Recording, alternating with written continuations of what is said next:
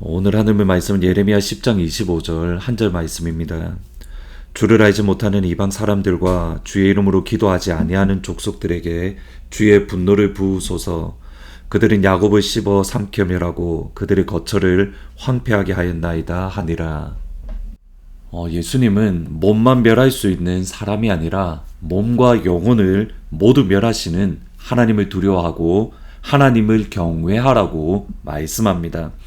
이것이 유다 백성들이 지었던 죄입니다. 생기가 없고 헛것이고 망령되이 만든 우상을 두려워했지만 정작 살아계시고 영원한 왕이며 그 진노하심에 땅이 진동하는 하나님을 두려워하거나 하나님을 경외하지 않았습니다. 그때 하나님은 유다에게 크고 두려운 심판을 내렸습니다. 그 형체조차 알아볼 수 없을 정도로 완전히 녹여버리는 맹렬한 풀무불 속에 던졌습니다.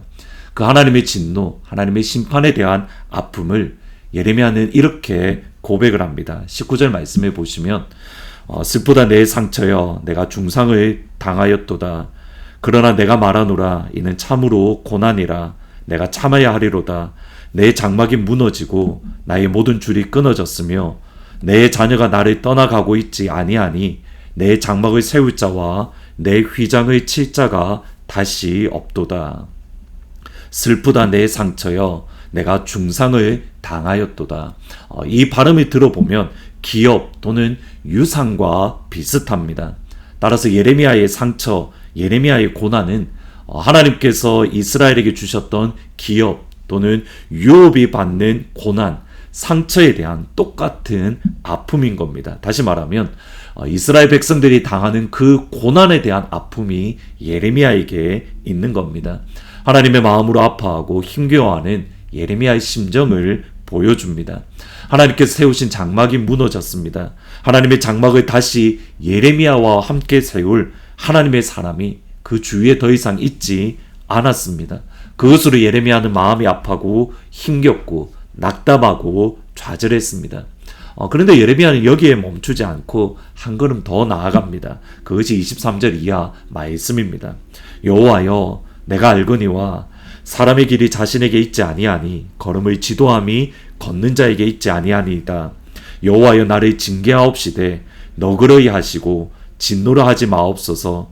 주께서 내가 없어지게 하실까 두려워하나이다.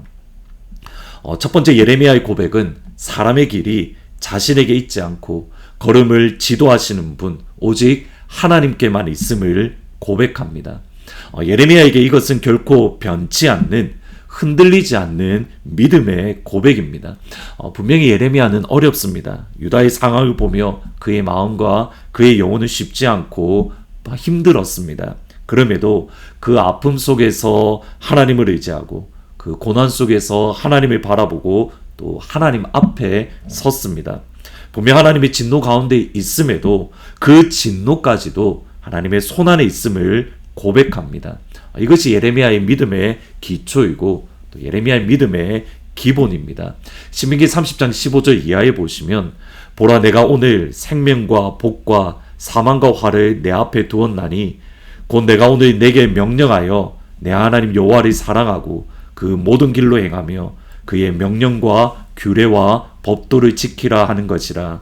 그리하면 내가 생존하며 번성할 것이요 또 하나님 여호와께서 내가 가서 차지할 땅에서 내게 복을 주실 것임이니라. 그러나 내가 만일 마음을 돌이켜 듣지 아니하고 유혹을 받아 다른 신들에게 절하고 또 그를 섬기면 내가 오늘 너희에게 선언하노니 너희가 반드시 망할 것이라. 하나님은 우리 앞에 생명과 복을 두셨습니다. 하나님은 우리 앞에 사망과 화를 두셨습니다. 생명과 복, 사망과 화 모두가 하나님 손 안에 있습니다. 모두가 하나님의 주권 안에 있습니다. 생명을 주신 분도 하나님이시고 복을 주시는 분도 하나님이고 화와 저주를 내리시는 분도 모두 하나님이시고 그러기에 그 하나님을 인정하는 것, 모든 상황 속에서 하나님을 받아들이는 것, 그것이 예레미야가 가지고 있었던 믿음의 기초이고 반석입니다. 이 믿음이 중요한 것은 우리가 진노 중에 있더라도 그 진노를 내리시는 분이 하나님이시라면 하나님께 돌아가면 해결되기 때문입니다. 그것이 예레미야의 고백입니다. 다시 24절에 보시면 주께서 내가 없어지게 할까 두려워하나이다.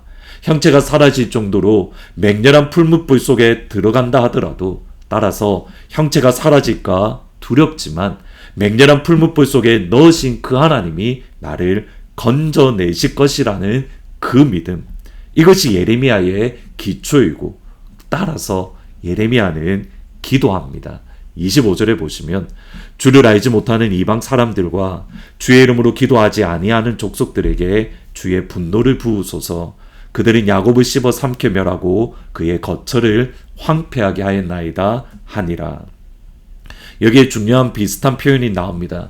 주를 알지 못하는 이방 사람들, 주의 이름으로 기도하지 아니하는 족속들. 하나님을 알지 못하면 예수님의 이름 안에서 기도하지 않습니다. 하나님을 알면 기도합니다.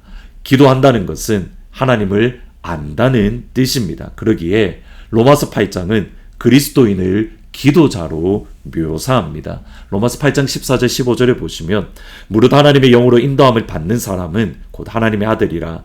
너희는 다시 무서워하는 종의 영을 받지 아니하고 양자의 영을 받았으므로 우리가 아빠 아버지라고 부르짖느니라.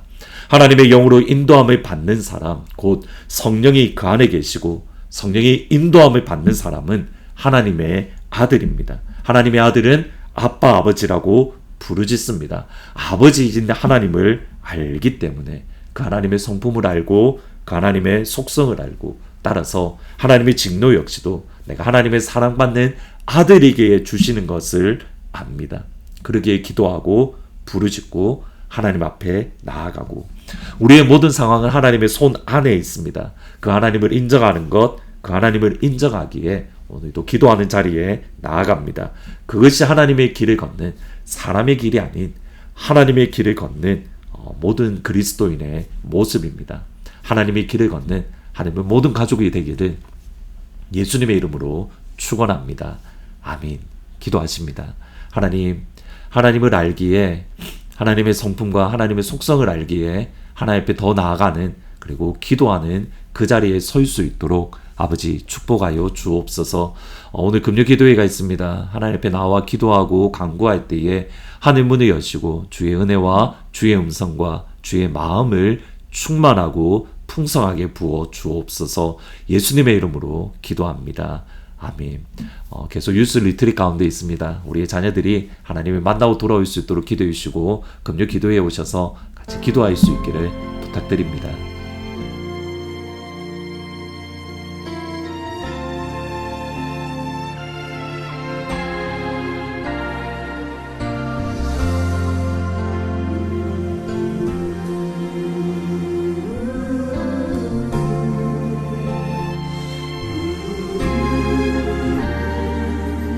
나를 지으시니가 하나님,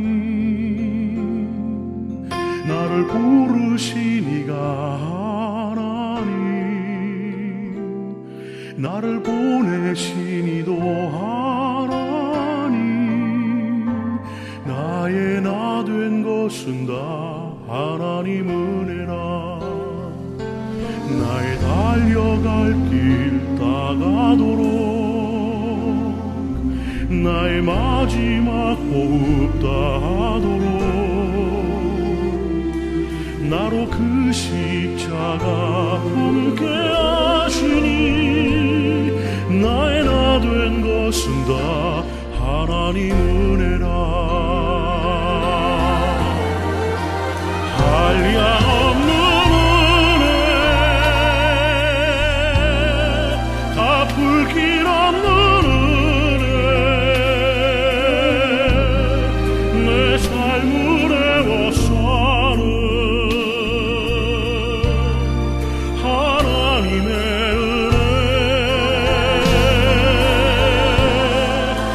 주저